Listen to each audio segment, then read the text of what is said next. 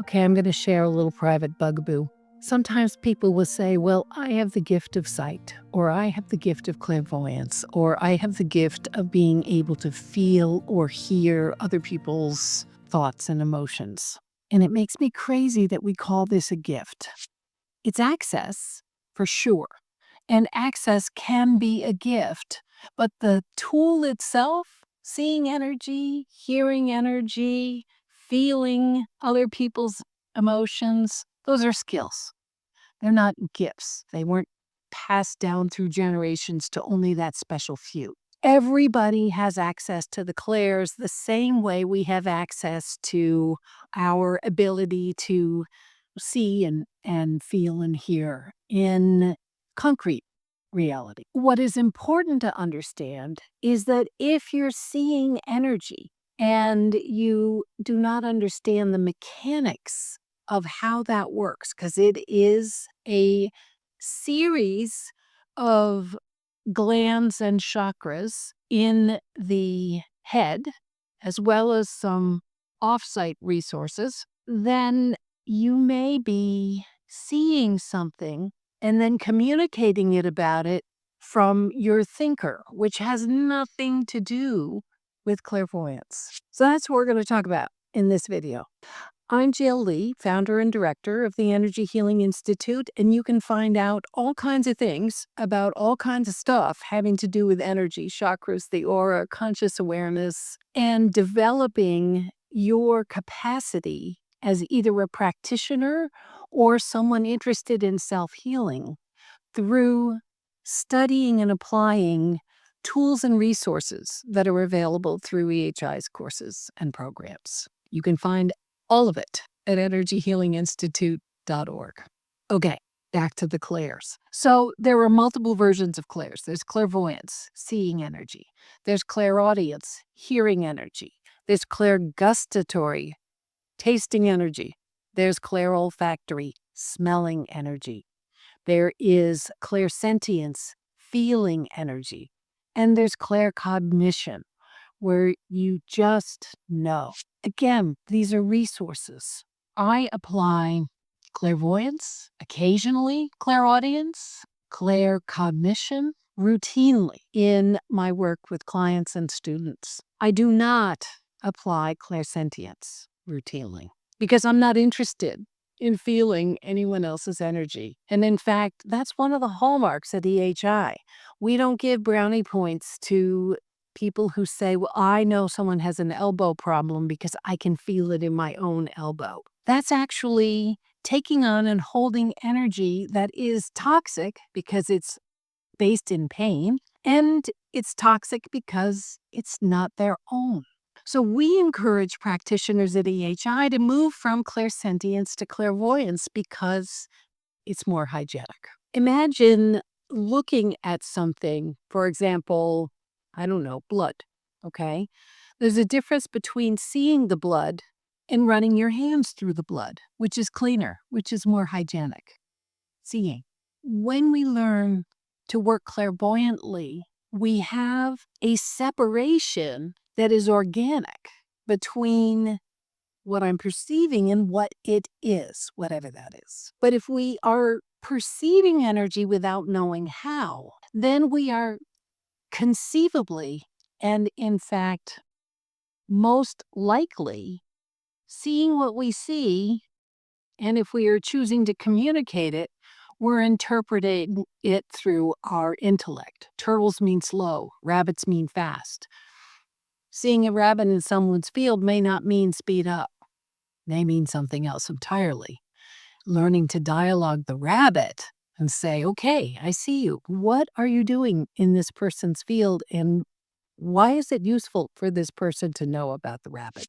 The clairvoyance system is in fact a system, just like the astral body and the etheric body are systems. The clairvoyance system utilizes the chakras for certain glands in the head. It utilizes the astral sixth chakra. It accesses the etheric third eye, right here in the center of the forehead. And it is viewed, energy is viewed, perceived on screens. If you're looking at things and you don't understand the mechanics, you likely are actually bringing them in to see them. So now you've got that person's energies in your field. Again, anybody else's energy in your field is not effective for you. Do we all have other people's energy in our field? Yes. But we have tools and resources that help us minimize that. So learning to be clairvoyant, consciously clairvoyant, takes what's a gift and turns it into a skill that is really practical for your own evolution as well as in any kind of client practice. It's really important also to have the right hygiene around clairvoyance, the right hygiene around accessing other people's energy. Because if you read someone else's energy without their express permission, that is a violation of privacy. How would you feel if you were in your dining room having a conversation with your family and you looked out the window and there was someone with binoculars looking in? That's a violation of privacy. They have no right to do that. And they did not get your permission. So walking over to somebody and saying, hey, your aura is really green, you must be a healer, which is what I've heard 1,000 times in my life from people who have no boundaries, that's a violation of privacy. I didn't ask someone to tell me, hey, is my aura green? Do you think I'm a healer? Some of these times I was at business meetings. Like, this is not the time or the place to be having a conversation like that. So you start to learn what the boundaries are. You learn how the mechanics of the system work.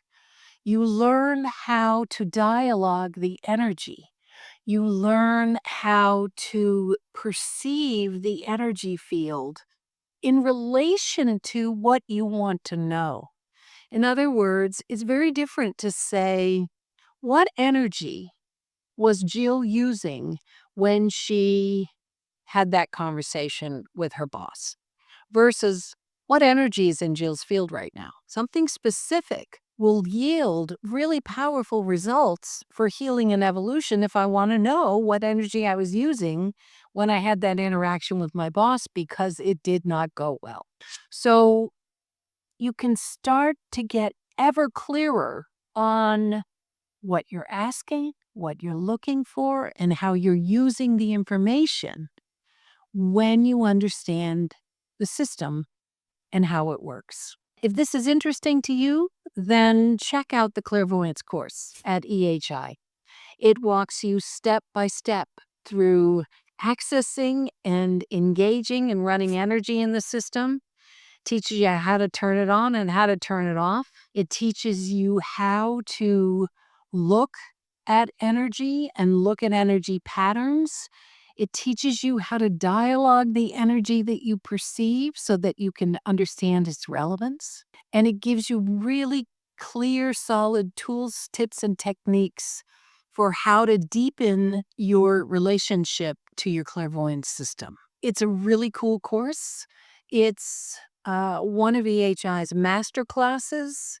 There is a prerequisite for the Clear course. So if you have not taken Clear and you want to take Clairvoyance, check out the bundled price offer on the course page and use the coupon Claire today, CLAIR today, and you'll receive 10% off Clear and Clairvoyance. See you in class.